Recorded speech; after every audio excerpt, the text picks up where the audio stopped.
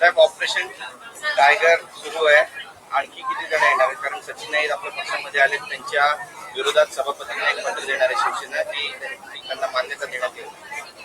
नाही, मी काल देखील असं सांगितलं की माननीय शिंदे साहेब जी कुठची पण मुवमेंट करतात या सगळ्या कायदेशीर बाबी तपासून करतात. त्याच्यामुळे सचिन भाऊंना कुठचाही कायदेशीर धोका नाही याची खात्री झाल्यानंतरच सचिन भाऊ आमचे महायुतीचे उपसभापतीचे उमेदवार आहेत. आता 1:05 उपसभापती पदाची निवडणूक आहे आणि याच्यामध्ये सचिन भाऊ अहिर फार मोठ्या मताधिक्याने निवडून देतील ही आम्हाला सगळ्यांना खात्री आहे.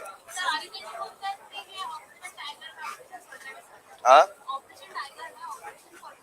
त्यांना काय म्हणायचे ते म्हणू दे, पण त्यांच्या बरोबर लोक राहत नाहीत हे सिद्ध झालेलं आहे. नक्कीच, पण बरेच 12 आमदारांचा एक गट आहे, तो सुद्धा आपल्याकडे येण्याचे बरेचसे नगरसेवक आहेत. ऑपरेशन 3-4-5 सुरू राहील.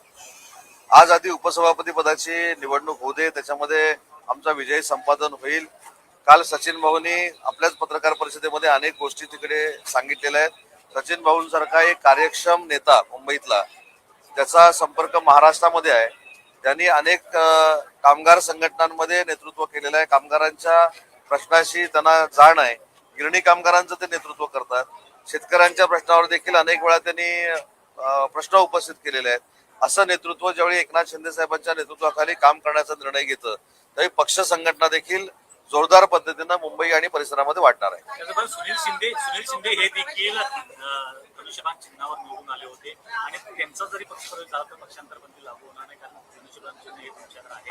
त्यामुळे सुनील शिंदे यांच्यासाठी आता प्रयत्न सुरू झाले आहेत असं. सुनील शिंदे साहेबांनी त्यांची भूमिका काल रात्रीच्या मेळाव्यामध्ये स्पष्ट केलेली आहे. परंतु त्यांनी जर इच्छा व्यक्त केली की माननीय एकनाथ शिंदे साहेबांच्या नेतृत्वाखाली काम करायचं आहे किंवा त्यांचं नेतृत्व म्हणून त्यांच्या मतदारसंघाचा विकास करायचा आहे, त्यांना आमच्या सोबत यायचं आहे, तर आम्ही कशाला नाकारू. शेवटी सुनील शिंदे देखील एक सक्षम नेतृत्व त्या भागातला आहे. अतिशय चांगल्या पद्धतीने ते काम करतात आणि असं नेतृत्व जरी आम्हाला मिळणार असेल तर आम्ही नाकारण्याचा प्रश्नच येत नाही.